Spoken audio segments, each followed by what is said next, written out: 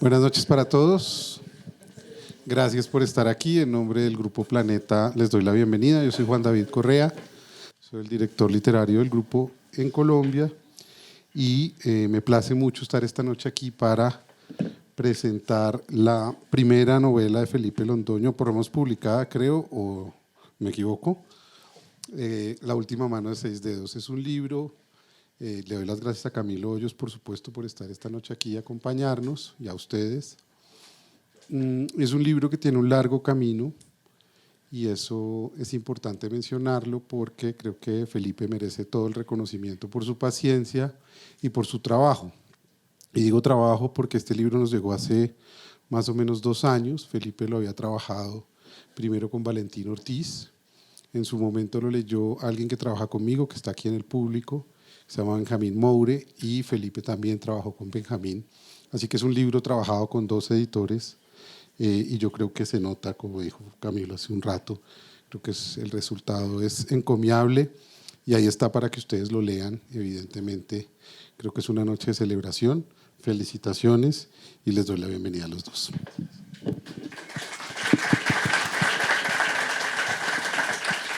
Bueno, muy buenas noches, gracias por acompañarnos. Mi nombre es Camilo Hoyos, muy contento de estar acompañando aquí a Feli en el lanzamiento de su primera novela, ver muchas caras que no vi desde antes del aislamiento también.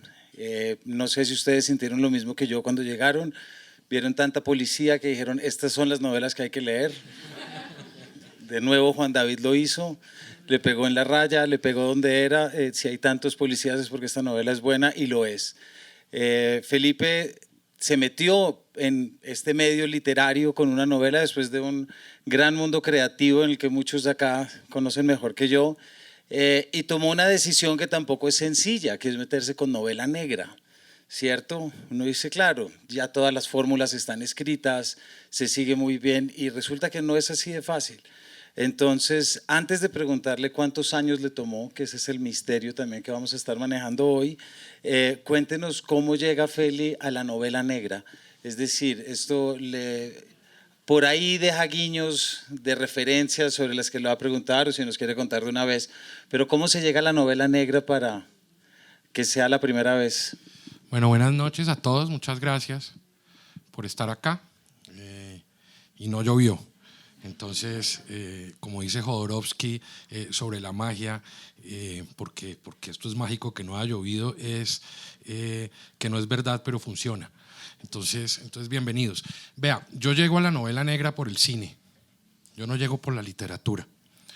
Yo llego por el cine porque el interés por directores como Tarantino, directores como Oliver Stone en Natural Born Killers, ese tipo de historias, que son historias muy de la novela negra, son las que me llevan a esto. En el 98 hago un corto en Madrid y me enamoro era Caperucita y el Lobo, y me enamoro del Lobo, me considero un actor gitano, y me enamoré del Lobo, me pareció fantástico el Lobo. Y decidí que lo que yo quería era contar una historia a partir de ese lobo, y ahí arranca ese tema en el 98, y así es como entro a la novela negra. Realmente termino entrando a la novela negra por el cine, no directamente por la literatura. 98, y se refiere a esta novela. 98, me refiero a esta novela, sí. ¿Cuántos de ustedes acá le han dedicado más de 20 años a un proyecto? Yo creo que eso merita un aplauso, ¿no? Sí. De alguna manera todos habíamos oído de esta novela, no sabíamos si era verdad o no. Mentira, sí, yo había recibido un PDF, no voy a decir que no, pero en verdad yo creo que también hay que, y tomo esas palabras de Juan David, 20 años detrás de un libro es porque una historia tiene que ser contada. Y esa es la ética de las palabras y esa es la ética de las historias. Usted se mete entonces, Feli, empieza a pensar en la novela negra, y a mí me intriga mucho si este gitano del que está hablando es como esa prefiguración de su personaje Hermenegildo. Es decir, ¿en qué momento aparece este personaje?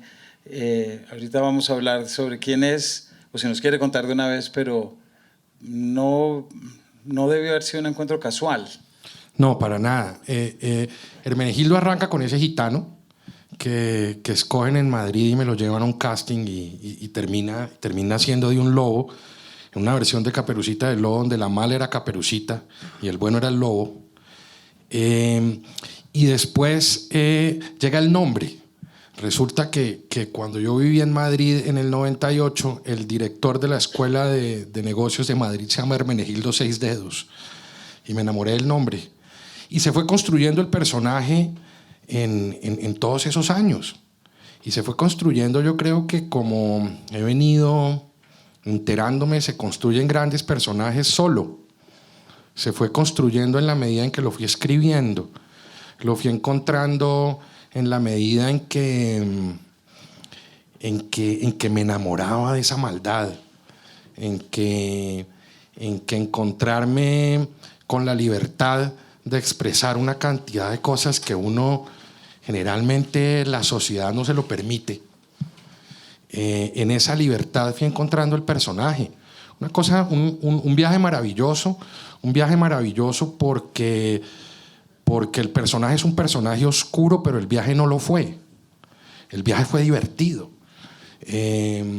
Fue poder estar uno descubriendo que todo eso que le dijeron que no era moralmente viable, la literatura lo permite. Y ese color que entrega esa maldad de este personaje me fue enamorando y yo nunca lo dejé. Realmente al final yo creo que es una novela contemporánea porque es de género fluido y yo me terminé enamorando de un hombre que es adicionalmente un personaje terrible y nunca lo abandoné. Nunca lo abandoné porque me levantaba a veces y yo decía, este hijo de puta. Y me parecía fantástico, ¿sí? Y entonces tenía que volver a él y después llega esta mujer y con esta mujer se construye esa historia tan fantástica con Dominga y la importancia de los nombres, ¿no? La mamá de la abuela de mis hijos se llamaba Dominga y ese nombre me parecía precioso.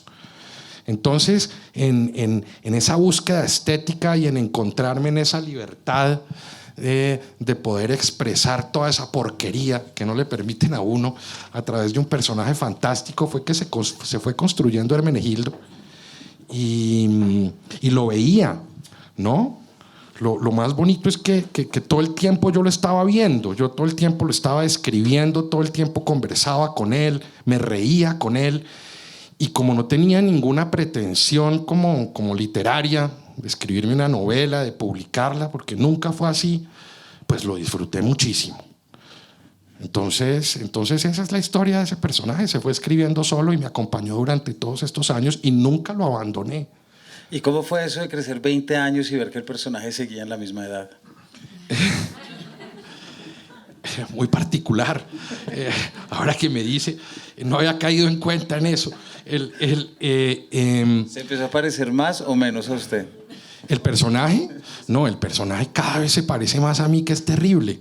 Entonces, eso es que me encuentro en el personaje realmente. Yo creo que uno tiene la tendencia a negar lo oscuro que tenemos todos, ¿sí?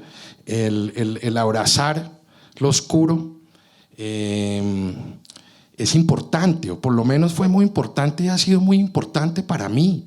Yo lo disfruto. Yo disfruto con esas cosas terribles que se me pasan por la cabeza y que puedo expresar con un personaje y que mis clientes a veces no me dejan. Entonces afortunadamente. Entonces, pero sí es eso. Es una tremenda libertad. Sí, el personaje es un tipo muy básico, muy primitivo, muy sencillo. Es un tipo con poquísima capacidad de introspección. Eso también lo hace muy interesante y lo volvió muy fácil de guiar a través de la historia, porque era muy maleable y sigue siendo muy maleable.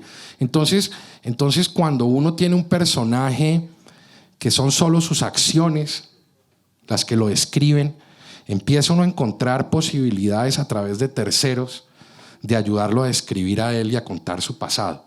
Y ahí aparecen estos fantasmas. Y estos fantasmas son además una posibilidad de ir donde yo quisiera. Es que de pronto empecé a encontrar que la libertad también dentro de la historia con los fantasmas era que yo podía contar cosas que habían pasado hace rato y habían pasado por allá en Rusia, y otras que han pasado en Madrid y otras que han pasado en Bilbao, y podía contar una cantidad de historias y se me volvió más fácil, se me volvió más sencillo empezar a narrar algo que, vuelvo e insisto, tenía en principio una intención estética. ¿Sí? Era echarme un cuento divertido, oscuro, y que tuviera un sexiness en lo oscuro. Y estos personajes sencillamente me dejaban contar historias corticas, como que yo no tenía el oficio, sentía que no tenía el oficio para mandarme la Ilíada. No, que nadie lo tiene, pues, pero sí, para mandarme una historia de esas larguísimas. Entonces dije, ¿qué pasa si yo más bien me echo una historia a punta de historias corticas que tienen un hilo? Y así fue como se construyeron estos personajes alrededor de Hermenegildo. Pero a mí algo que me llama la atención, Feli, mientras lo oigo, y es, usted tiene una conciencia muy clara de muchos elementos técnicos dentro de la novela. Es decir, qué historias van a contar, qué personajes, cómo quiere contar la historia del otro, y eso es una novela en realidad, escoger qué cuenta qué. ¿En qué momento entra usted en contacto con eso? Es decir, ¿es un trabajo con Valentín, a quien saludamos desde acá, o con Benjamín también? O con Simón, que está por atrás. O Simón, pero a mí, porque es que me parece fascinante que alguien escriba una novela así, siendo creativo, pero también teniendo una mente muy también creativa y creadora. Usted también pinta, ha estado siempre en el área de la creatividad. ¿Cómo fue ese proceso de volcarse creativamente a otro lenguaje, pero al mismo tiempo conocer esos elementos técnicos y no solamente hacerlo como quien va corriendo? A ver, realmente como creo que he hecho todo en la vida, atreviéndome. ¿Sí? Yo no me gradué de nada, soy bachiller.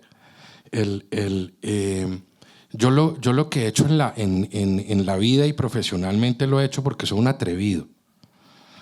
Y cuando uno se atreve solo por el hecho del viaje, de arrancar a escribir una novela, de aprender a hacer grattage y pintar, de aprender a hacer collage y terminar haciendo el tarot, cosas de ese tipo, tiene que ver con que en el oficio aprende uno a hacer las cosas, o por lo menos esa ha sido mi experiencia, en atreverse, sin esperar nada más que el placer de hacer las cosas hasta que queden bien, hasta que uno quede tranquilo.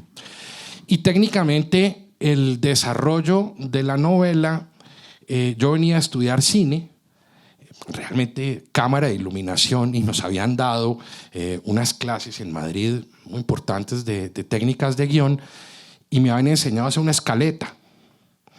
Entonces lo que hice yo fue, en ese momento yo me retiré de la fotografía, me retiré a escribir esta novela un par de años, a crear Los Chinos, y lo que hice fue poner unas cartulinas en un taller, en un garaje que había alquilado yo en Ciudad Jardín a unos taxistas que usaba de estudio, y empezar a narrar la historia cronológicamente. ¿Qué le pasa al personaje acá? Y empezar a armar y armar y armar y armar. Y lo más interesante es que la novela primero se armó visualmente. Yo no arranqué realmente a escribirla hasta que la tuve dibujada, porque era lo que sabía hacer. Entonces ha sido un proceso, el proceso mío ha sido como de ingeniería al revés, de reverse engineering.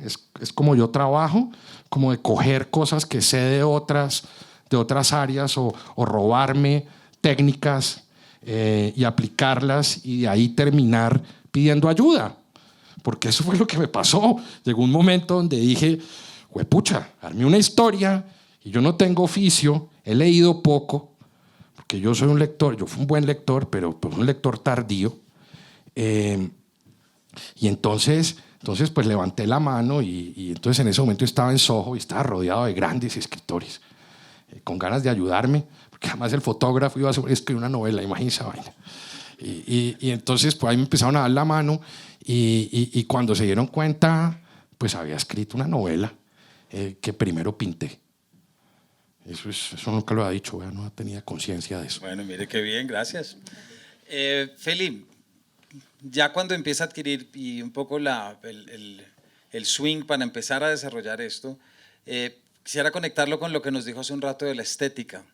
Esta, entiéndanmelo bien, esta es una novela tremendamente sucia. O sea, desde el principio uno se empieza a sacudir un poco y se pregunta hasta dónde va a llegar, ¿no? Y también se pregunta, ¿era necesario?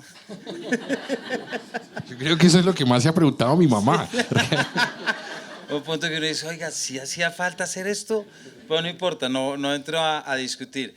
Pero es que también ese es el mundo que acarrea y que lleva la novela negra, ¿cierto? Es imposible no pensarla como una especie de, llamémosla proyección entre un micromundo y un macrocosmos. Es decir, las calles son tan oscuras como la personalidad del personaje. ¿Cómo llevó a cabo esa estética, esa búsqueda de esa estética? ¿Tuvo referentes, artistas, sí, fotógrafos? definitivamente vuelve al cine. Entonces cuando uno empieza, a ver, Tarantino tiene un hermano que es Robert Rodríguez, que hace cine tipo B, el B-movie.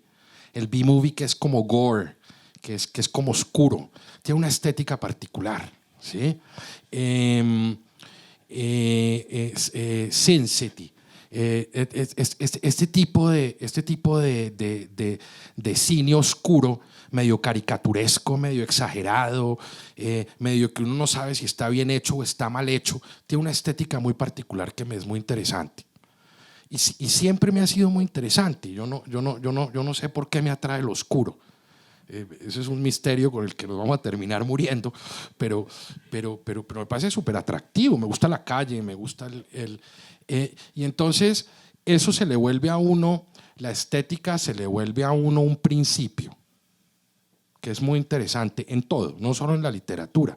¿A usted le gusta o no le gusta? ¿Sí? Cuando uno es un artista, ¿sí? Y cuando por alguna razón nace así, o se hace así, o se lo permiten ser, que es lo que yo creo que fue en mi caso, que me lo permitieron ser desde muy joven, usted tiene unas ideas muy claras de lo que a usted le gusta y no le gusta, y por qué le gusta y por qué no le gusta. Entonces, de ahí en adelante usted lo que tiene que tener es seguridad y perseguir eso.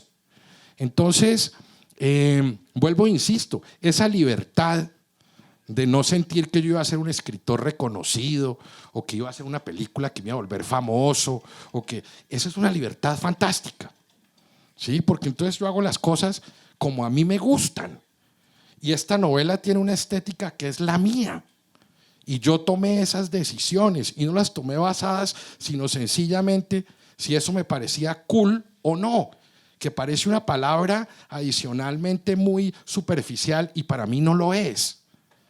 No lo es porque es una apreciación estética muy clara, ¿sí? Es como escoger estas medias hoy. ¿Por qué un poquito más rojas que las? Uno no sabe, pero uno sí sabe qué le gusta.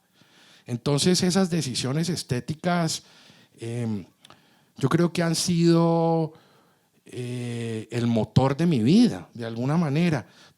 Es que yo me relaciono con el mundo a partir de la estética. A mí me parece que decir que una persona es de quinta es una apreciación estética, sin lugar a dudas. Y entonces uno puede tomar decisiones sobre eso. Yo por lo menos las tomo.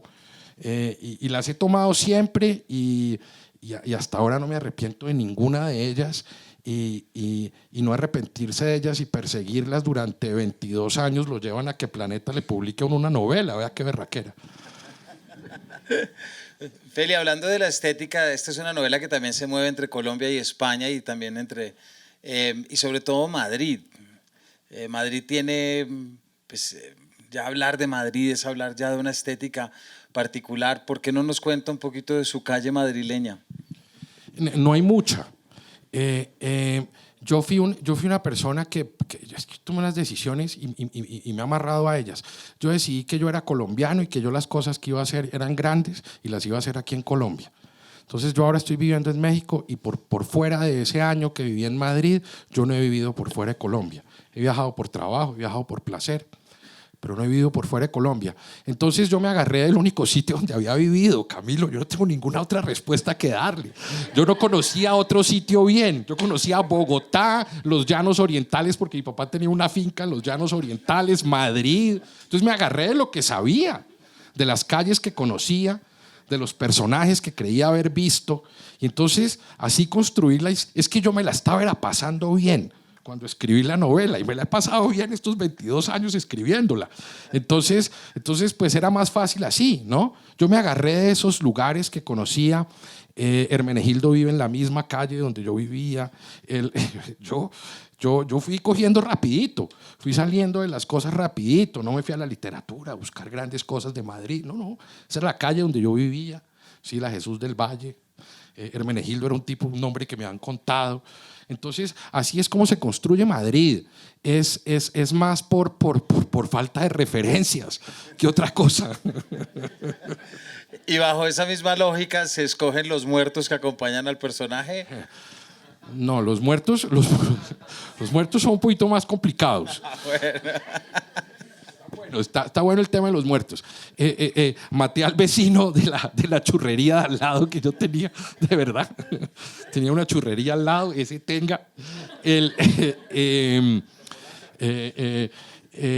La prostituta. La prostituta es fantástica porque esa sí me la inventé completa. Esa no fue por referencias.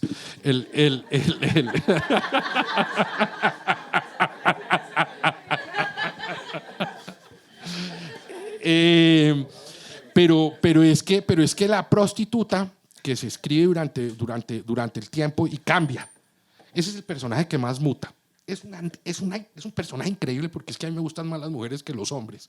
Entonces, no digo solamente en ese aspecto. Creo que pues no me voy a poner feminista hoy porque está tan de moda que hay que perder el tiempo. Entonces, el tema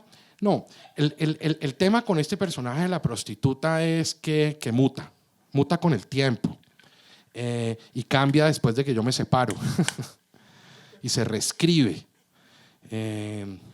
Con el paso de mi vida y no hace ninguna referencia, sino sencillamente vuelve a hacer uno empieza a escribir un personaje y el personaje empieza a encontrar su camino y empieza solo a encontrar su camino, y ella encontró un camino maravilloso y me parece que acompaña a Hermenegildo mejor que cualquiera de los otros personajes, que es la que le da el mayor color a él, la que más interviene, y es una mujer absolutamente fantástica en el sentido que está completamente en control.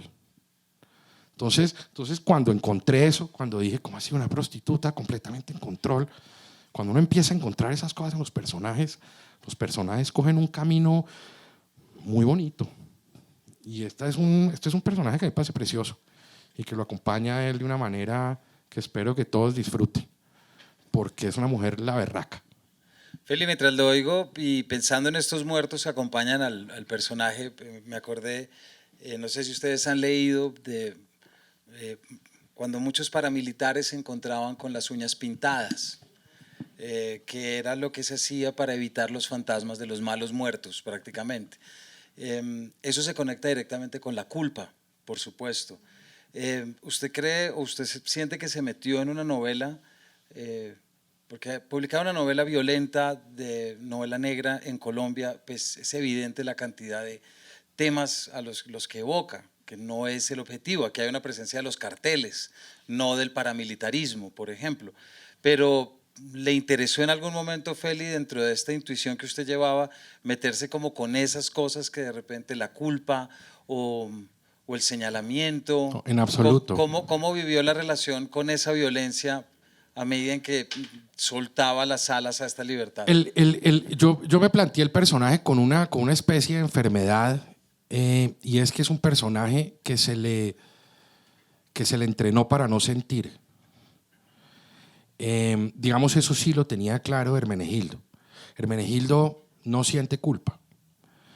Y eso me parece que lo hace un personaje muy interesante porque es un personaje fantástico. No sentir culpa es muy difícil. ¿Culpa de qué? Pues cada quien verá de qué siente la culpa. Que empiezan unos temas morales que son distintos. Pero el ser humano de alguna manera está equipado para sentir culpa y que eso de alguna manera equilibre su existencia. Hermenegildo es muy robótico, es muy primitivo. Entonces el factor de culpa en él no está presente, lo cual me parece una apuesta interesante. Digamos, es una apuesta interesante a nivel de lo que yo escribí, porque de alguna manera también lo volvía una apuesta estética. ¿Sí? Tener este personaje sin culpa es muy particular porque adicionalmente es un personaje que no tiene culpa, pero no porque esté enfermo, sino que porque fue educado así, porque fue criado para eso.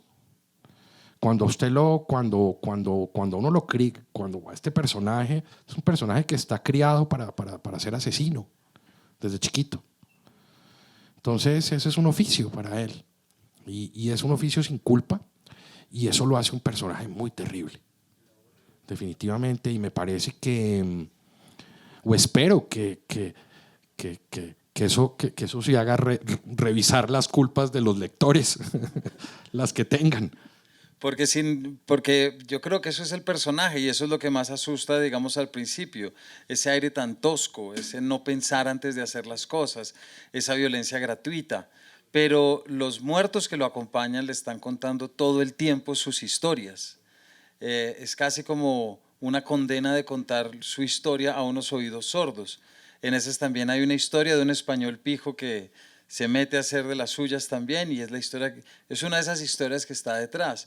Yo creo que ahí hay, no sé si lo hizo a propósito, pero ahí hay un juego muy claro entre a quién se le cuentan las culpas y quién responde a los pesares. Sí, los fantasmas se quedan solos. Es terrible. Es terrible porque ellos se quedan solos y se quedan solos solo con su asesino. Y se quedan solos con el que los mató y que adicionalmente la única reacción que reciben de él es que está incómodo con ellos.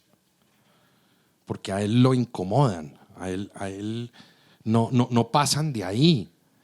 Entonces yo creo que ahí empieza a trascender lo que uno escribe, Camilo. Y que es como lo que uno lee. Las novelas y la literatura de alguna manera son oráculo. Están ahí para que cada uno lea la historia que quiere leer ahí, para que se acueste con las pesadillas que se tiene que acostar cada uno, con las alegrías que le producen a uno las palabras de un tercero que probablemente no tuvieron esa intención cuando fueron escritas. Entonces ahí empieza un camino de una novela que ya no es mía, que es de todos ustedes, y que soy muy afortunado de que haya visto la imprenta y que le esté pasando esto tan maravilloso, ¿no? Es que es una historia increíble esta de mi novela. Entonces ya no es mía, ya es de todos ustedes y espero que pasen un par de malas noches. ¿Cómo ha sido la relación con amigos que han leído la novela y que le han comentado? Ay, maravillosa porque primero he sido pudoroso, no lo soy, pero en general he sido pudoroso con la novela porque pues uno no quiere aburrir a la gente, pero ha sido maravillosa porque he tenido sobre todo dos comentarios que me han encantado y es: ay, Felipe, gracias a Dios la novela no es mala. Eso es increíble. Gracias a Dios no me toca inventarle a usted o algo, mamarle gallo. Eso es un bálsamo.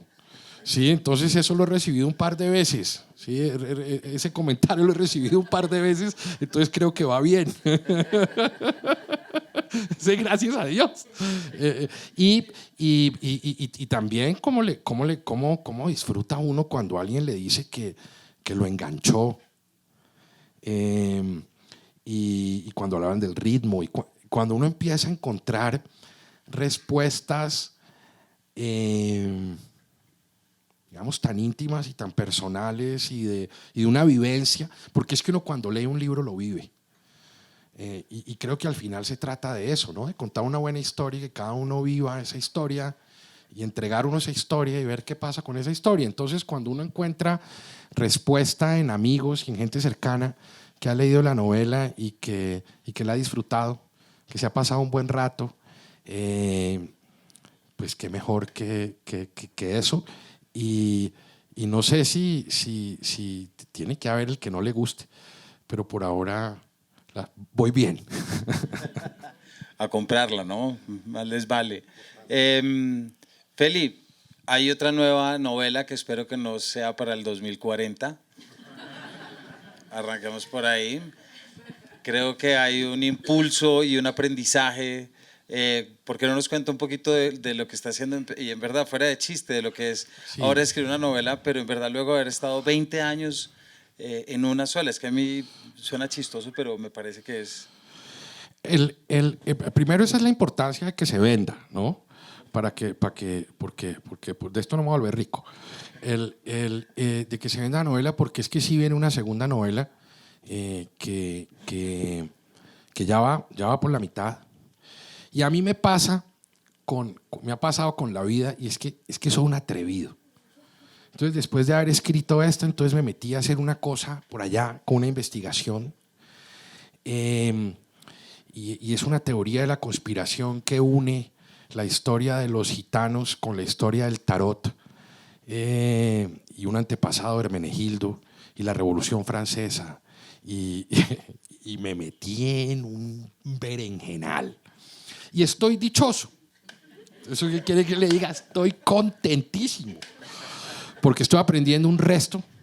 Ahora sé de Revolución Francesa, ahora sé de tarot. Imagínense el peligro. Experto en la guillotina. Entonces sí, no, ya es muy distinto. Ya escribí la novela es muy distinto porque estoy mucho más suelto. Ya no la pinté. Ya entendí que no tengo que tener todo solucionado, porque en esta novela yo quería tener todo solucionado y todo pintado antes de arrancarla. Yo quería saber cómo acababa. Hoy no me importa, ¿sí?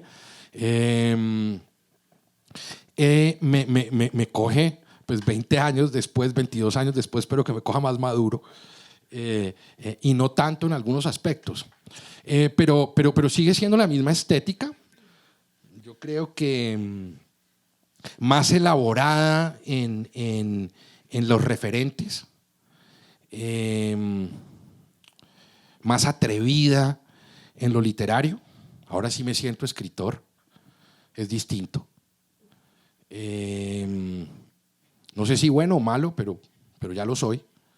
Entonces eso me pone en una posición distinta conmigo mismo, en unas exigencias distintas conmigo mismo. Yo me voy a morir, todos nos vamos a morir, entonces el tiempo es finito. Abrazar esa incertidumbre me entrega la libertad de atreverme cada vez más. Entonces estoy siendo súper atrevido con lo que viene. Tan atrevido que hasta es pretencioso un poquito.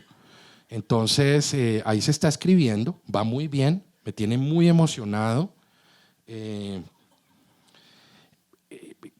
Creo que he aprendido.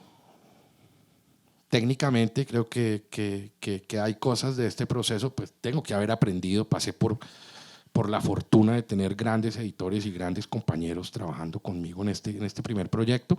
Entonces sí, hay una segunda novela en ciernes, escrita hasta la mitad, compleja, interesante, que trae una cantidad de personajes maravillosos, o sea, Josefina, la emperatriz de los franceses, y los grandes místicos de la Revolución Francesa, y una cantidad de historias que descubrí que no se han contado así.